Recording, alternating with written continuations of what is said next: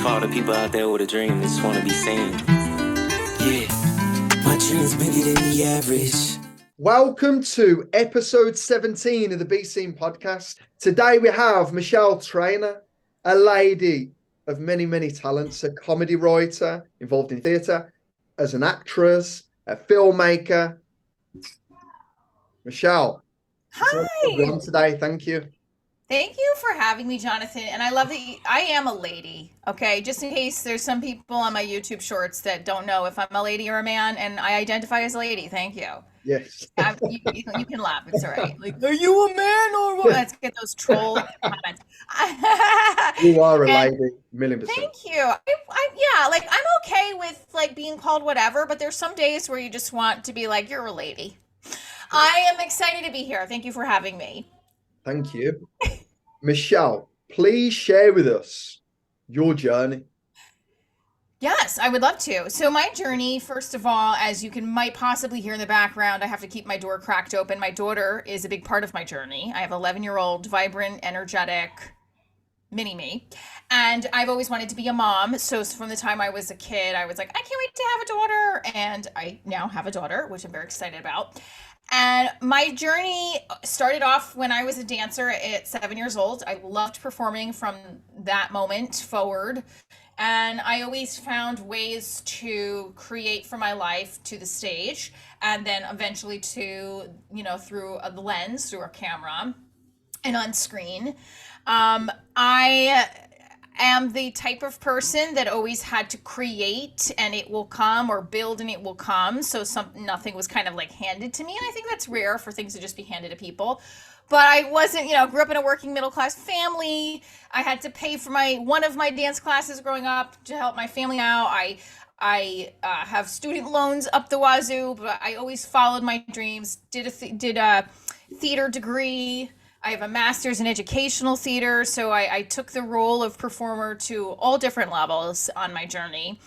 And I got married at one point in my mid-20s, and I decided to shift to being a teacher in theater and acting and dance to kind of maybe stay in one spot, because sometimes as a performer you travel a lot to get really high, like most high paying gigs, usually you have to travel to different locations. So I started teaching theater full time. I created a theater company for children with special needs called Prop Box Players. And originally the theater company was based off my experience performing and touring with musical theater and children's theater. And then I had my daughter, and she kind of inspired me to create this theater company. While I was unemployed. I was an out-of-work teacher because my school shut down, and I was 8 months or I had already just had her. And so I was left with this decision of what to do next. Stay home with her, started a theater company. I then got divorced. And within that process, I found a new theater teacher position. I moved back home with my parents. She would have been 100 years old today if she was still living, but at the time she was 92 years old, grandmother. Italian grandmother. She was from Naples. And I had this journey. I had a handicapped dog. I had my daughter was 2 at the time. And my theater company shifted to working with differently abled children because my daughter was having developmental, I'd say, delays. And now she's has a defined, special education label. But at the time we didn't know. We had to have her tested for autism and a bunch of different other things. She's not on the spectrum, but she's ADHD, side note, and a couple other things, which I probably have too, that are undiagnosed, as you'll see me veer off task. But a part of this journey, I had my theater company and I was still teaching, and now eventually I was aching to go back full time to the stage, to performing.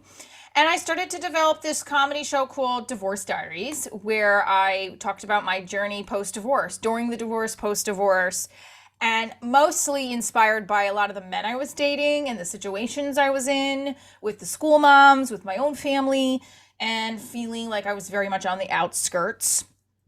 And I just kept creating the show. I traveled with it as a one-woman comedy show. I was doing stand-up, and I figured that when I first started Diaries, taking a few steps back, I first started as a play, like a one-woman play, because I've done them before, and I figured that would be the creative way of connecting my worlds, right? and healing through the process of divorce. And then I started doing stand up because in my past life, I did improv when I was in my 20s a lot. And I wanted to go back to comedy, and I took a stand up class and it never stopped. So Divorce Diaries became a comedy show. I started just putting my feelers out to tour with the show. And I mean, this is the shortened journey, but there's a lot that went involved into that process. A lot of waiting, a lot of makeshift shows to just get the material out there. And then eventually by like 2018, I was touring with it. Some, very, very few times throughout the year, touring in comedy clubs. I left my teaching position 3 years ago to pursue acting and comedy full time again, like I had done in my 20s. And Divorce Diaries was taking on a whole nother being. And then right around early 2021, I decided I wanted to get the TV series concept out. I had it in my brain as a TV series, Divorce Diaries, for a long time. So I just said, you know what, I'm going to just create this visual concept. And why am I waiting for a network? I'm just going to do it. So they have at least, even if I'm still pitching it, at least they have the visual concept. So I went to a Kickstarter, went to Indiegogo, raised the money. We shot a pilot. It's been circulating film festivals, and I'm still on the hustle of Divorce Diaries journey. So that's my journey in a little bit of a long version nutshell. Oh, that's nice. It's a long, I know. I've got to create a 3-sentence one. It's a fantastic journey. And there's so much in there as well. I know. I feel like I need to condense that. Your listeners are like, we've tuned out after she said Oh, no, they're listening closely. They're listening closely. With yourself, you said you did a stand-up course. So you was from theatre and crossed over into stand-up. What did you learn that was different? Yeah, so stand-up in theater has definitely parallels, but the difference is that you are constantly on and expecting to make people laugh. So you have to be very tight. I think you're for me personally, I have to work even harder at the craft and the writing of the jokes. For some people, their process is different, but for me, I notice if I don't practice, if I don't write, if I don't transcribe my notes, if I don't go to open mics, or I don't get enough stage time, I'm not as good on stage. I'm not as strong. So the difference for me was there's a lot more pressure to be on, right? Whereas, it's not to say that you're not supposed to be like that in theater. It just feels like there's a lot more pressure to rehearse and maintain the craft, specifically with stand-up comedy, for me. Yeah, 100%. Is there a structure, which I imagine there is, to writing a joke in comedy? Yeah, I'm going to be very transparent. I feel like there is, and then people will have their opinion if I say like, oh, she doesn't know what she's talking about. There is, but for me, the way I'm funny is by storytelling, and I personally write by talking it out. So I do I write and I just like rant in my writing and make sure that there's the setup and the punch, right? Where you're setting the joke up, you're giving the premise of the joke, and then you hit it with a big punch, which would be the joke. But for me, it comes by just talking it out. That's plain and simple. That's how I get through it. I think it's great because there's a narrative, though. It's still you coming through. I've seen many of your performances, many of your jokes. I think you deliver it perfectly. I think it's really subtle and you're leading people in, but you take them on the journey with you. Thank you. Can you say that the next time the crowd does not laugh? Because I would appreciate that. Hey, I'll be at every show laughing. I'll be there. Don't worry. You know what I mean? We'll take care of it. Well, because people get really mean on TikTok. I don't really care, but people get really nasty behind a keyboard, and they're like, "Oh, it's supposed to be like." And there's legit people laughing, and they'll say like, "I'll post a clip of one of my stand-up routines on TikTok," and they'll be like, "Oh, they're supposed to laugh. Don't you realize that?" And I'm like, but they are. And then I look stupid for continuing to talk to this human being on the other end. I should say this like lack of a human being. But it's just like, I just feel like saying, I'm going to start posting videos of me bombing on purpose. Because it's the journey. You know what? I'll be honest. Everyone is big and clever to say things behind a screen. Oh, yeah. And you'll find 99.9% of them do not have their picture as a profile. Yeah, it's just some animation, or it's not them. It's a mask they can hide behind. Oh, yeah. Their real name. They're not going out chasing the dreams, but they're forever commenting on anyone else that is. Ignore them. Do you It know? winds me up. I mean, I say imposter syndrome, meaning I don't believe it, but there's times where I start comparing myself to other comedians or other people in the industry, writers, performers, and I do feel like, am I good enough? And I also do think there's the natural feeling about that you then just comes and goes. So yeah, sometimes I'm just like, what the heck? And you know, you got to let it go and you have to figure out your process in letting that go because it can really tie you down and it can constrain you from constrain, I don't know if that's the right word, or can restrain you or hold you back from doing what you really should be getting done, right? So Yeah, it can hold you back 100%. Can do. You see, Muhammad Ali kept staring in the mirror, right. I'm the best and the best and the greatest and the greatest until he believed it. Until they Yes. told everyone else I'm the greatest, and then they believed it. It's the way of the world. Do you know? You are what you think you are. If you think you're Michele Traina when you go on that stage, I am the best. Everyone's been waiting for me. I'm ready to smash this out of the ballpark. You'll go out and do it. I love that. I think that's a good reminder too, because sometimes I think people think that they're. I'm a big Ed Milet fan too. I don't know if you follow him. Do you follow Ed Milet? No. Okay, I'm gonna send you his stuff. He's huge. You're gonna love his stuff. If you love Cool. Gary Vee, you're gonna love him. So I believe that I started to write those things down, right? Of what I'm grateful for, what I love about myself. Because I was like, yeah, of course my friend used to tell me, "Oh, why can't I find somebody to like connect with on the dating level?" I do a lot of jokes about my dating in case anyone's listening, like, why is she talking about her dating life on the right scene? Because it's what I really do write about. Are you okay? My daughter's playing one of those Roblox games. But you don't have to edit this out. This is actually hopefully funny and entertaining. But she's screaming of excitement as long as it's excitement and not. What? You're mad. Oh, great. Even better. So, single parenting at its finest. So I think with the dating component, I get like down on myself, and then I start thinking, am I not good enough? Then I talk about, well, why is this guy rejecting me? And I have feelings for him. What's wrong with me? And then obviously I write about this stuff, right? That's a big part of the Divorce Diaries storyline is finding, teaching kids with special needs and dating men with special needs. And then there's a lot of stuff in there, a lot of people can connect to. But at the end of the day, I was thinking about this last night. I was like, I'm really bummed about that I'm not meeting men that I really could, anyone that I'm connecting with in a long time. And I start thinking, what's wrong with me? What is this about me? And about me. And I'm like, why me saying I love myself out loud or I am the greatest, right? I say it, but like I have to believe it. And how do I physically, my body as a dancer, I have to physically feel it. And that's something that I think a lot of us struggle with that we don't really tap into because I've just been starting to tap into it. Like, do you love yourself and how does that feel? Right? All right. I'm getting into like a spiritual path down here. Oh, I love that. No, I love the spiritual side. Keep going. Take us on the journey.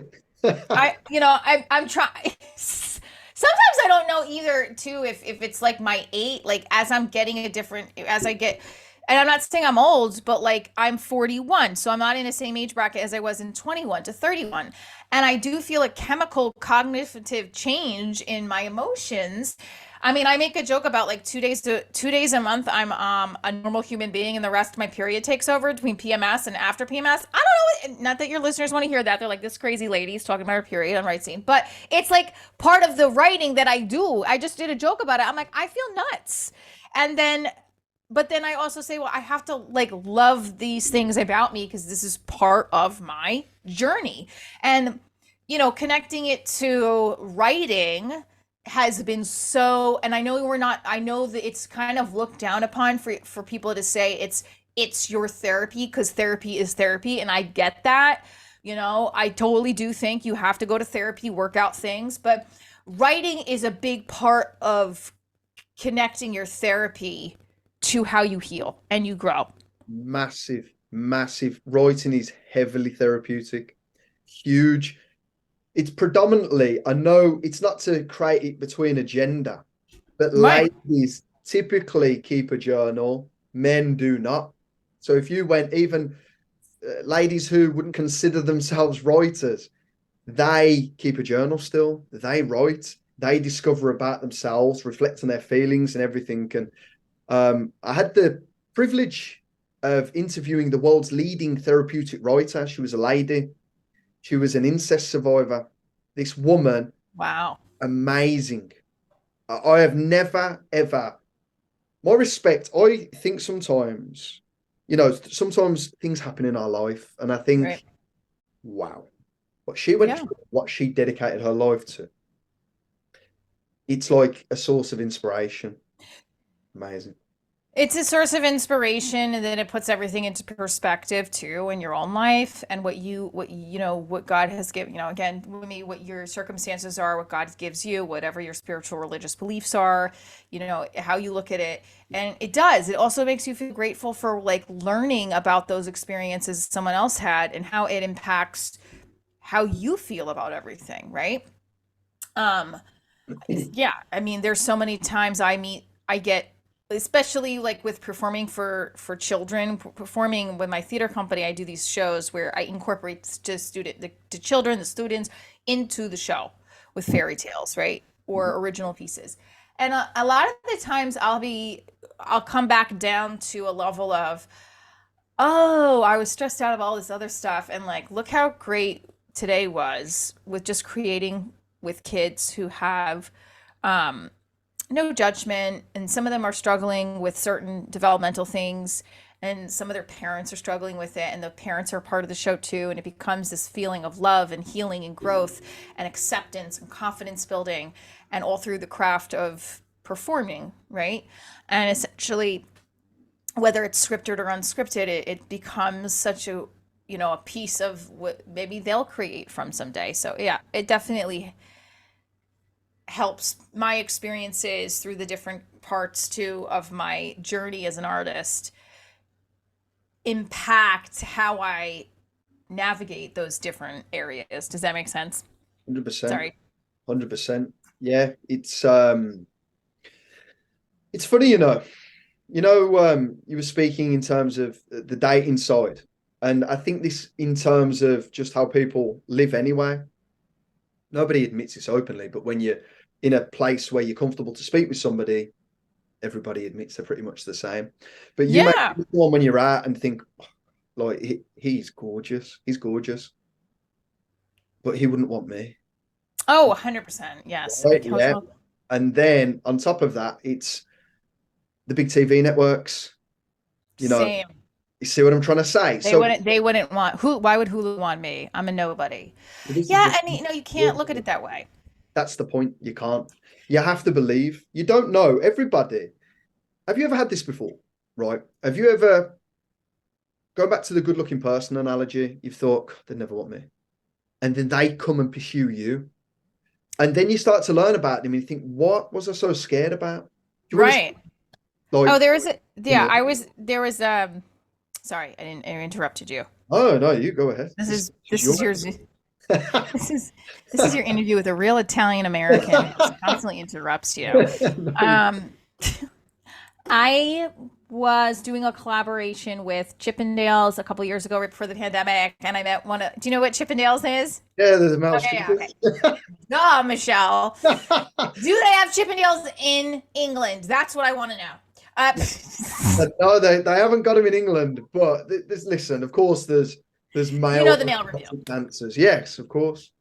Of course. There was somebody I met through my collab with them that I ended up having a little hookup with, and we actually still talk to this day. Very sexy guy, very good looking. I was thinking, I don't think I'm ever gonna like that guy will ever like me, but he did.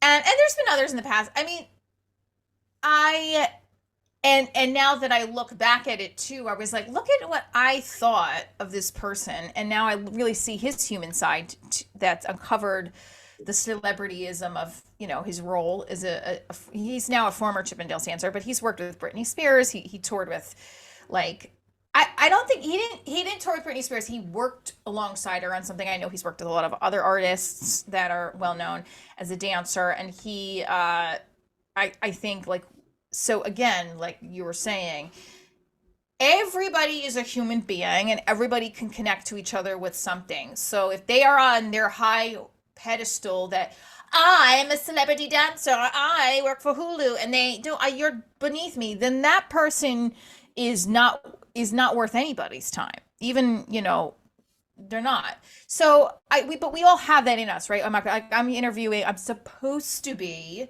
I don't know if it'll happen. I'm hoping it does happen, but I'm filming for a show I host out here in the States. Well, actually, everybody can see it. It's called What's Up New York on ny2c.com, and I'm a host for the show. And we're in an opportunity where I might be able to interview Miss USA and Miss Teen USA.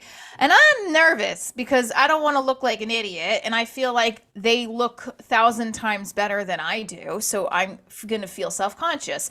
Now, that is how I feel, right? So now I'm going into a situation saying, okay, I can feel this way, but I'm going to let it go and just remember that we're both human beings inside. We both have souls and spirits, and you're just going to talk like a normal person, try your best, and that's it. But we get this imposter syndrome about everything in our life, and I think writing, again, connecting to the writing component helps. No, it does, because it brings a structure, it brings reflection, it allows us to put fences around the garden, the wild jungle, because it's chaos. When it comes down to it, especially in writing and connecting storytelling any storytelling, right? Because whether you're a beauty pageant queen, or is that the right beauty pageant queen, a comedian, a writer, a filmmaker, or all of the above, you have to have something from within to keep you going, right?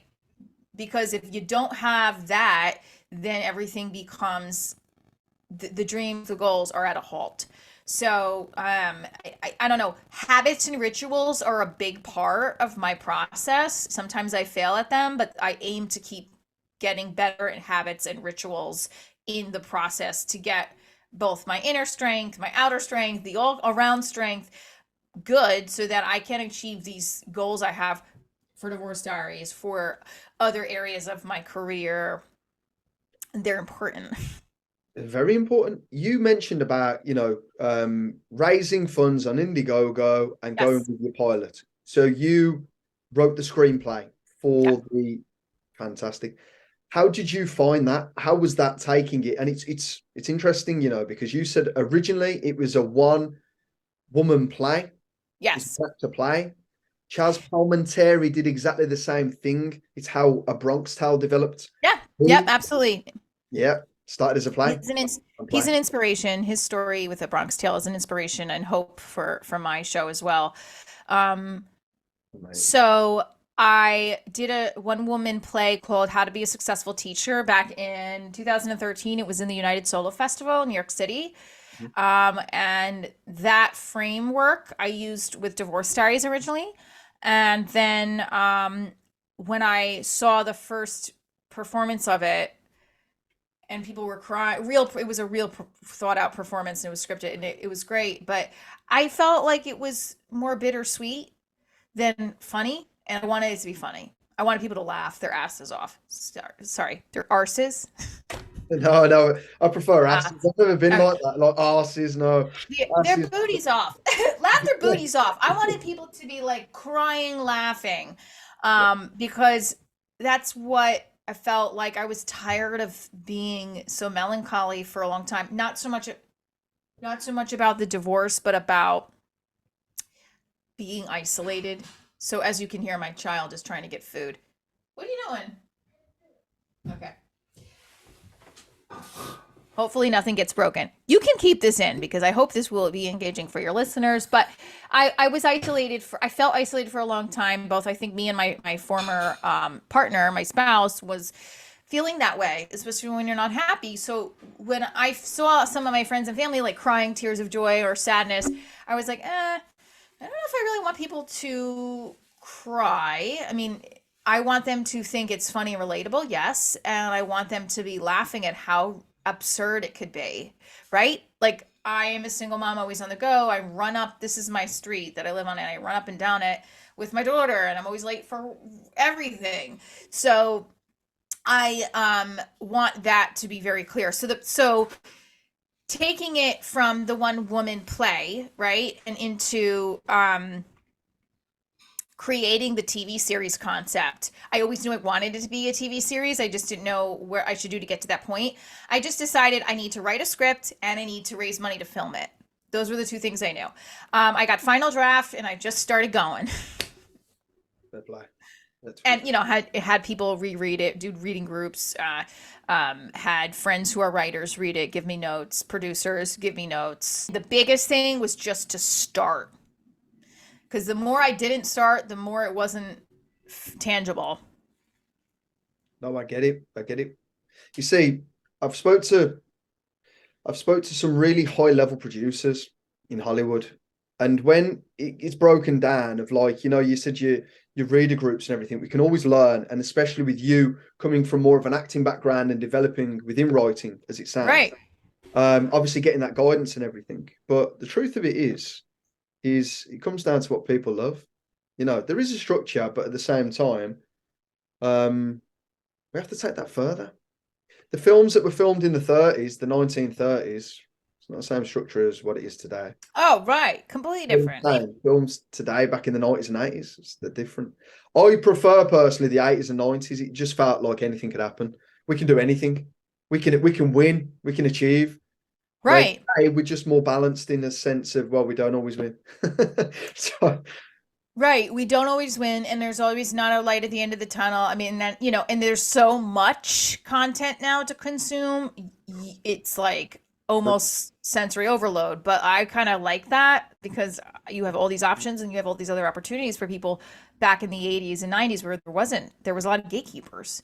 Now you can go and create a film and put it up on your YouTube channel. you can. Absolutely can. In filming it, how did you find that experience?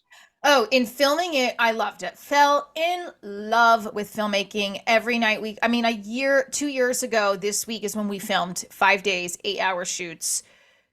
I think it was less than 12 hours. It was like 8 hour shoots because I have my daughter, and I was like, this is what we have to do. I'm a freaking producer of it too. So whatever, we have to do it. So, it, I loved it. I loved every moment of it. I mean, it was scary. It was nerve wracking. It was exciting.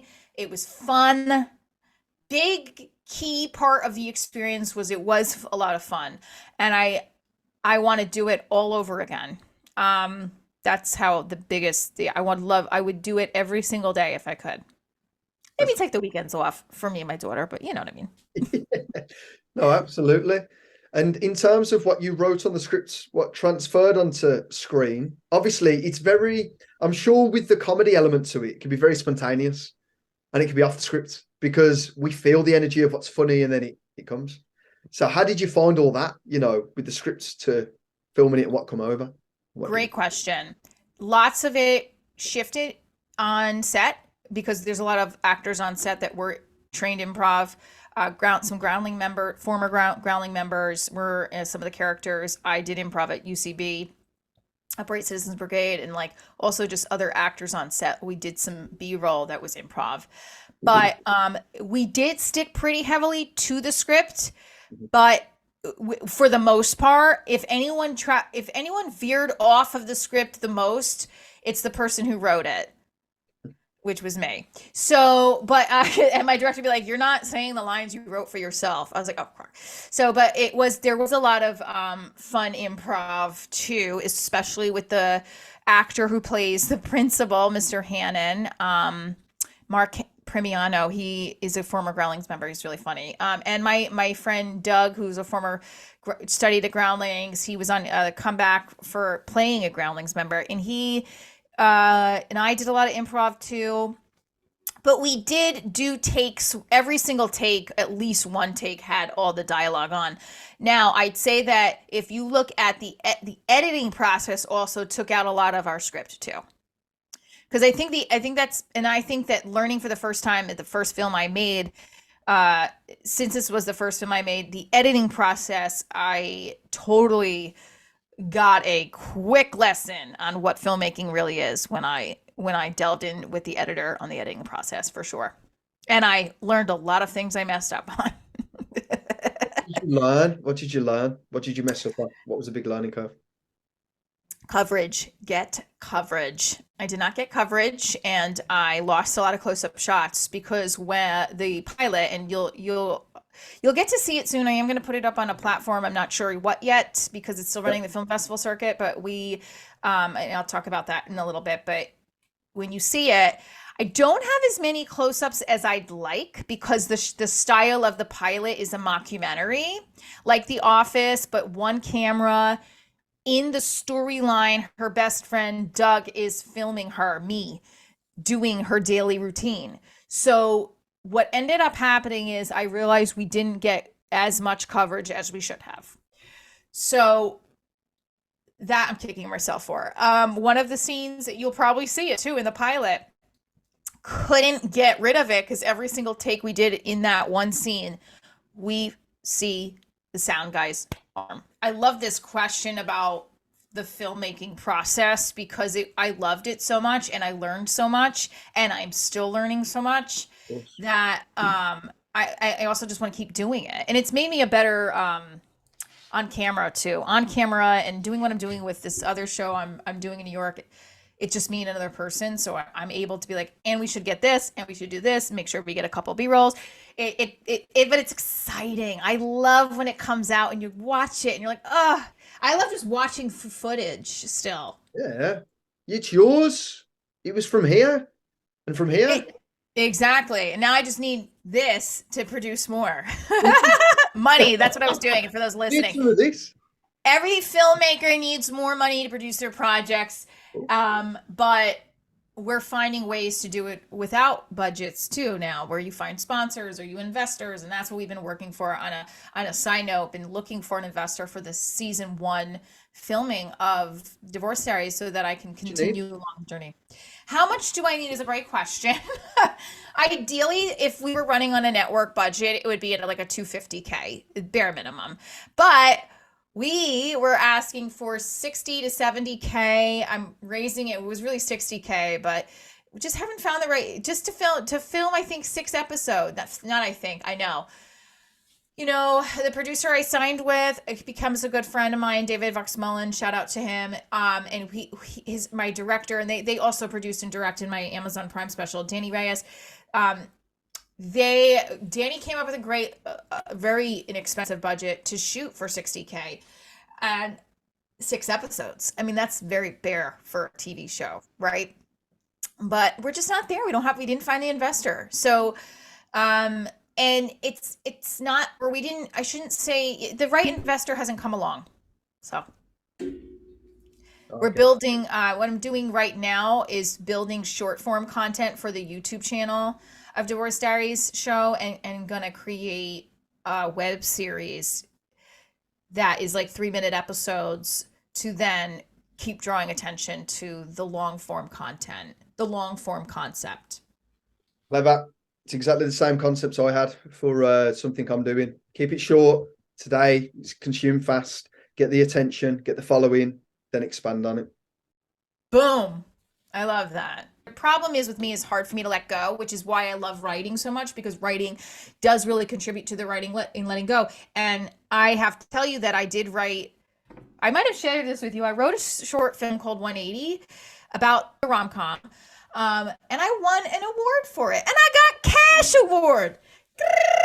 I did. Last year, the Let's Make It Screenwriting Film Festival, I got a golden nib. They call it a golden nib award. I was like, what's a golden nib? But it is, and I love it. I was ecstatic about it. It showed me that I have to keep writing. I have to keep creating from pain. But in general, writing specifically, because from joy and pain. From joy and pain. From joy and pain, correct. When we're sharing joy, we don't want to do anything but keep the joy. When we've got the pain, we need something to comfort it. If we can do it in joy and pain, you can do that. I think that's what the greatest writers do, in my opinion. 100%. I think we forget to write when there's the joyous times. Those are important times to write as well. It's important to write, I think, it all. I'm a big artist notes gal. Artist notes, or if you call it, what's the other word for it? They call it something else. But artist notes is I just write and I don't stop typing. Or if I'm writing, I just, like, whatever's in my brain, I keep writing. Free association. Right. Just write. Yeah, absolutely. I think that's class. No, but you see, you're no different to anyone else, though, Michelle. Everyone has feelings. They show them if they say them publicly. I think you're very brave. You take things head on. And I think that's why you're going to the places you're going to, because you don't shy away. Some people, they don't feel any difference how you felt. but they keep it privately, and they never let Right. the person. I share Uh, everything. I'm an open book, which my mother sometimes does not appreciate. oh, I bet. Yeah, I can get that, but I think that's why mums and daughters have such close relationships, because it's just all out there, isn't it? Well, yeah, I mean, my mom is not a huge fan of me talking about my love life on my, well, when she hears about it on stand up, but like she just is different than me in that way, and she supports me, but it not everyone is comfortable sharing everything about their life. I've run into this situation with men that I potentially date. I had something this year, same thing. The guy does not want to engage in direct conversation about his life with me because he thinks I'm going to put it on my podcast. And he's And he's right. he's kind of right. No, he's not right for legal purposes. Jonathan. Earn that character. Here's the thing. I do ever say someone's name ever, ever. Okay, and number one, and number two, I do have to acknowledge that that is a possibility, and it actually has hit me this year a lot more than it has in the past. And yeah, but I'm also now I'm writing a short film about him. In terms of how you write, having been an actress and a teacher, do you feel you have an advantage? So I think the advantage I have is knowing how to communicate something specific in a scene through that character's lens, right? So that's where I would say the advantage is if it's a script, right? I've worn the hat of a teacher in many different you know, experiences. And then as an actor, when I get a script and I'm not sure what's making sense, if I'm writing something and I'm reading it as the actor, I can say, okay, well, this doesn't make sense. This makes sense to me as the writer, but it's not going to make sense to an actor. How can I make this, how can I flesh this character out more? What can I put in the script that's going to help understand the reader? What am I putting into the script that's going to help the reader get more engaged in the scene? Because eventually that reader might be an actor, you don't know, or an audience member. For you as an actress, do you prefer being called actor or actress? Just to correct me if I'm wrong. I don't care. I'm not. You can call me whatever you want. I always reference myself as an actor. Actor. Okay, right. Because I'm not an 'Cause actor. most- Why I wouldn't know that fine detail. So actor, whether male or female, noted. Yeah, I just always like if you have a male part, I can play that too. Whatever's gonna get me the next paycheck. No. Listen, I'll play a dog, okay? I do not care. I have played a dog on stage, so cat actually, but who's counting? Yeah, but listen, there was the show Cats. That was big. Exactly. I was not in Cats, but I played a cat in a off-Broadway showcase many years ago. No one needs to know. Yes, no one needs to know that. It was maybe Cats. Yes. Is for an actor, when you have read scripts and are learning your lines, what have you identified as, well, this is great.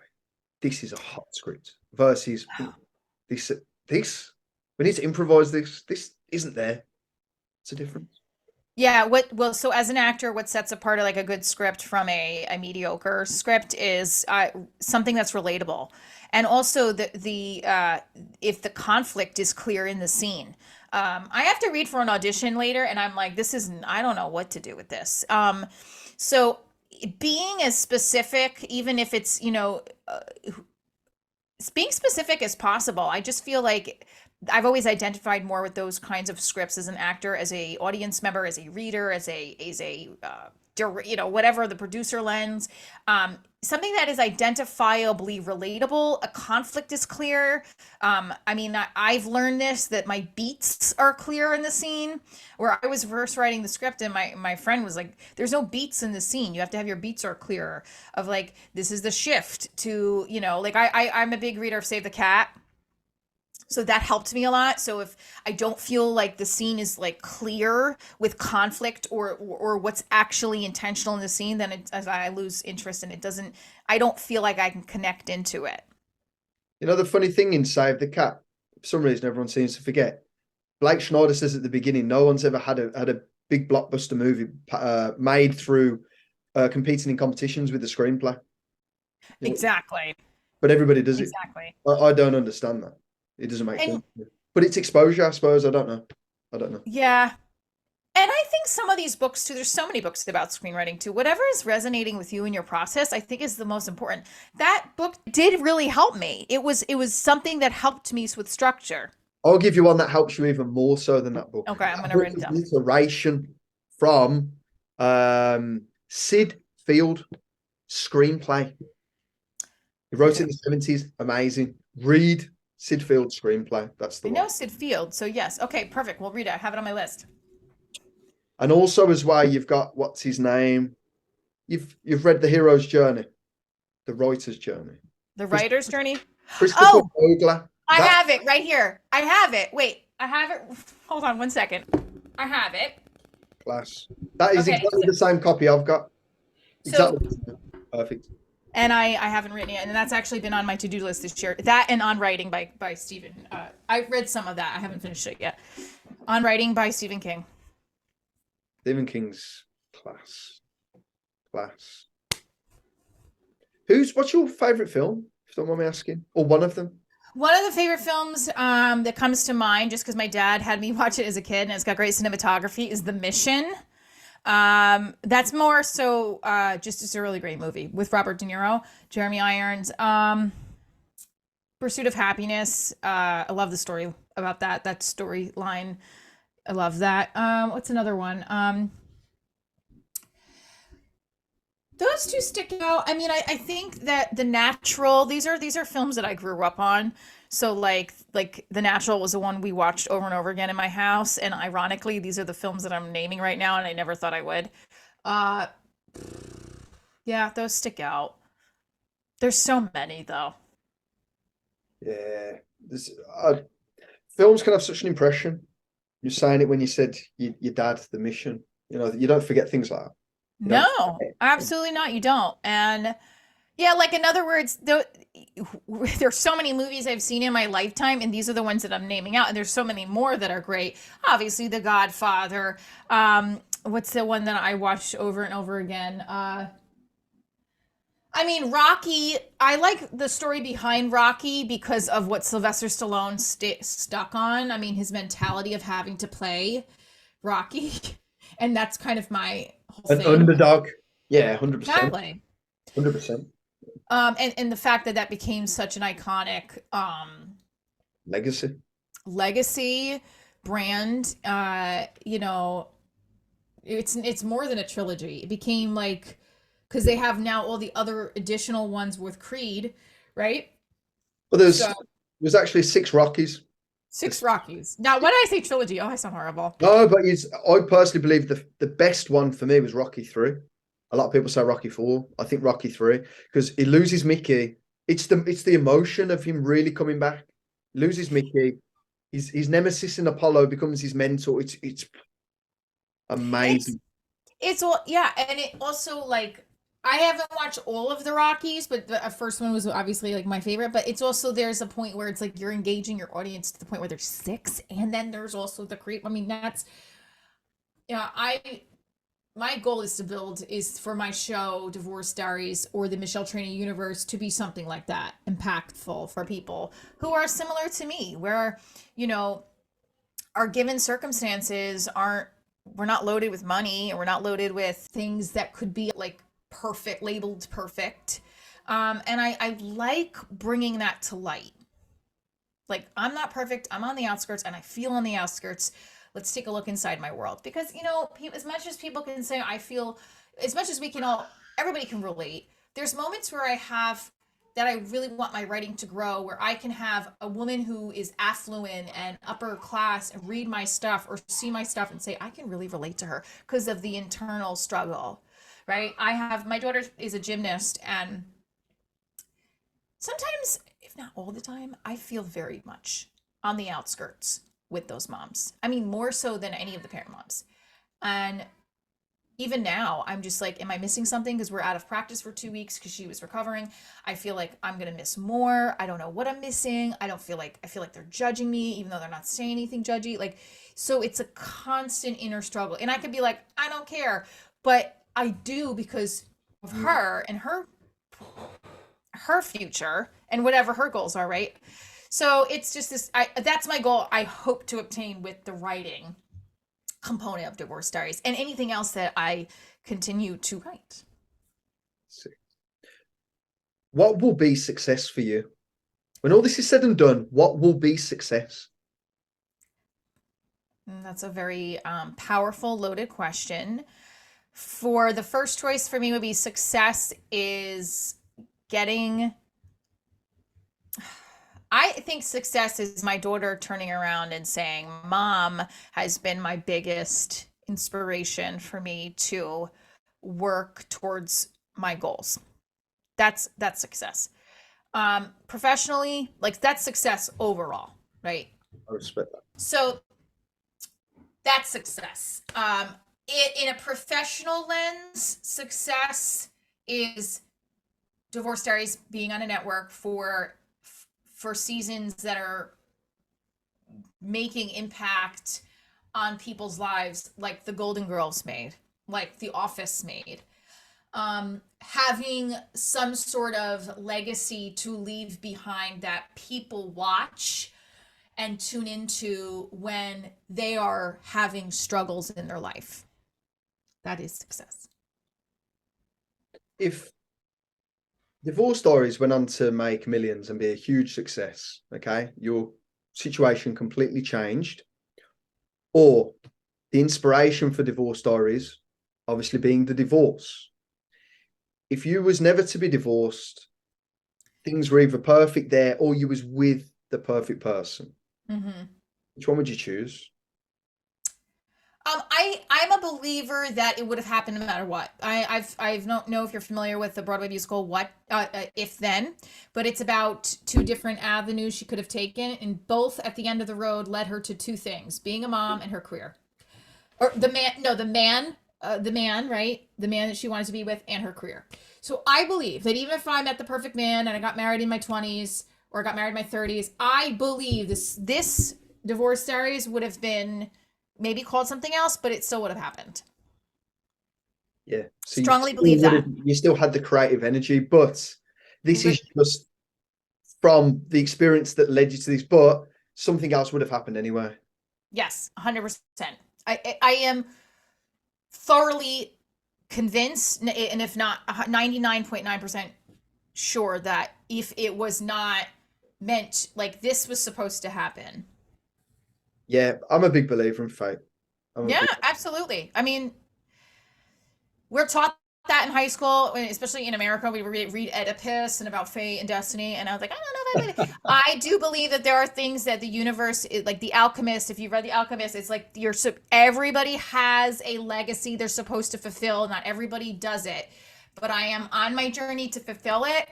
And the things that make me sad is like, what if I don't get to fulfill it? And I was like, well, at least I'm on the road to trying to, because it can be a struggle in this entertainment world. It can be a struggle. Some people will be like, you're a single mom, why would you leave your teaching career to go back to performing? It's so unstable with money. But I'm making it work. And yes, it's not perfect financially, but I'm gonna get there. And I have something to fall back on if I really needed to. And the journey is what, if this is, if we have this is it. The outside of the box, like we don't know what happens in the afterlife. We can believe what we want to believe, but that's it. You got one opportunity every day. You got one opportunity. You're here. We're interacting. We're talking. We're connecting our stories. That's it. It is hard for some people to just drop everything and do that, but at least I'm doing and trying to. I respect that. No, I respect it. You're running at it. You're going for it. You're giving it everything you've got. It's class. Right. There is no chance of it ever happening unless you do that. 100%. You know, you've already succeeded if you are trying to get there. Does that make sense? Like if we really look at it, if I don't get Divorce Diaries on a network, yeah, that's a bummer. But the fact that I am trying and I am working every day to get there, I can say, wow, I did it. I got out of a marriage I wasn't happy. I stopped making choices that didn't make me feel like I was myself, and I'm on that road again. And God willing, I'll continue to be on that road for a long time to come. living to my full potential. 100%. I think you're just getting warmed up. You are. I really do. Oh, thanks, Jonathan. I appreciate that. No, Same but to you. it's the. Oh, I am gonna make this happen. You already are. You already are. Yeah, 100%. I've got a very different mentality to most people. I will sacrifice everything, literally everything. And I see it in you too. I see it in you. Oh, And the reason I'm telling you this is because I believe it's the truth. You know, I'm not saying it just to say it. I'm not saying it because maybe everyone would love to hear it. No, I'm saying it because I believe it. And that's why, you know, I think your journey is very, very unique because it comes from a place of, and it happens, you know, people get divorced. My parents got divorced. It happens. But speaking about it, of what happens after? What happens after? what happens after, I think, is never a bad thing. Like I always say, like my what happens after is really happy. When you're a single parent and you're dealing with co-parenting relationships and they're then moving on with other people, you know, that's something you got to juggle. I just feel like divorce helped me get back to who I was. And I know that sounds really messed up, but I think I lost myself thinking I had to get married, thinking that I had to do this path. This was the chosen journey if I wanted to be a mom and I wanted to do these things. And, you know, that's okay. But what happens after divorce when they say when you get married, the best is yet to come? For me, you know, after divorce, the best is yet to come. That's how I look at it. 1,000,000%, 1,000,000%. Listen, life moves on. We don't understand why things happen at certain times. Then something even better happens to us, and we're like, I'm glad it did. Makes sense. It's just the way it goes. I'm trying. Yeah. I'm Don't trying. don't, don't worry. I think your film's going to be a big success. Can't wait to see it. I think it's going to be brilliant. And keep up with the shows and stuff. That's class. How much respect I have for someone that gets on stage, let alone someone that gets on stage and is all eyes on them to be funny. I know some really funny people. They are funny, okay? But to turn it on, not just when it comes and we're naturally there, no one's judging you. Turn it on. That's different. That's It special. is difficult. And I think that you have to just kind of let yourself go, right? And like breathe into it and try. Sometimes it's hard for me to do this, is to let just focus being in the moment. True. No, but it's really interesting in terms of you 10 years from now. You 10 years from now. And the reason I say 10 years, Matthew McConaughey said something I loved when he won an Oscar. Did you ever see the speech? And it's Yes. yes, how someone very important said to him, you know, like, who do you look up to? All these different things. There's three things, isn't there? Who you look up to, uh, who you look forward to, and who your hero is. And he said his hero is him in 10 years. And he's never I saw that. I did see that. I think, brilliant. well, that would be that's a great, I mean, in 10 years, I hope I overcome my insecurities Mhm. and I hope I really have a lot more self-love. I'm not saying I don't love myself, but like there's a lot of things that I'm doing with certain things and I'm like, why are you choosing to do that?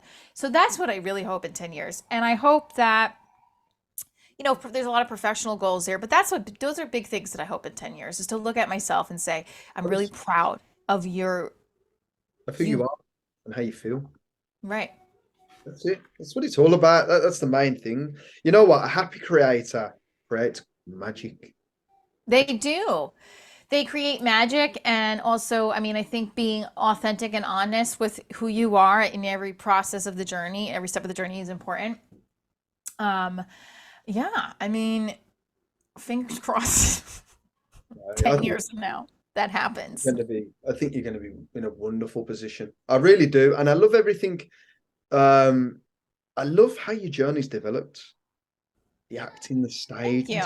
you. It's very kind that is to actually do that and teach others. Well, I love that. when it comes to what I've created and how do you go from there, and then you take what you've created and really um, work on yourself from your own work. Does that make sense? Like work on your personal weaknesses. No, listen, I get it. I get it. Michelle, what a journey. And what a journey that people do go through. with divorce, but also what a journey of you from acting and the perseverance to go from acting to taking your own story, the golden rule of writing and performing what you know in every sense of the word, and doing that, and all the success that you're now having, and putting your TV series out there, and I can't wait for it. I think it's going to be massive. Thank you so much for having me, Jonathan. I love Right Scene. Don't we all? Stay great in BC. No, but Michele, thank you ever so much.